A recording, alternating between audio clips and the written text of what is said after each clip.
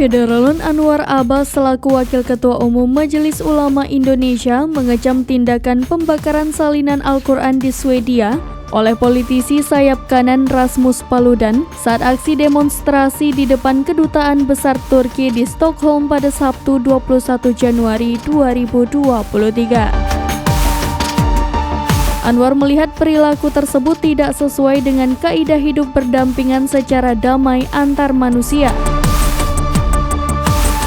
Anwar juga menilai tindakan pembakaran tersebut tidak bisa diterima meski berdasarkan pembenaran akan kebebasan berekspresi. Dirinya menilai tindakan ini justru menyulut kemarahan bagi umat Islam di dunia. Buntut peristiwa ini, Anwar pun mendesak agar pemerintah Swedia menindak Rasmus Paludan. Selain itu, ia juga meminta Kementerian Luar Negeri Republik Indonesia memanggil Dubes Swedia di Indonesia, Marina Berg, untuk memperingatkan pemerintah Swedia agar tidak menganggap enteng peristiwa ini.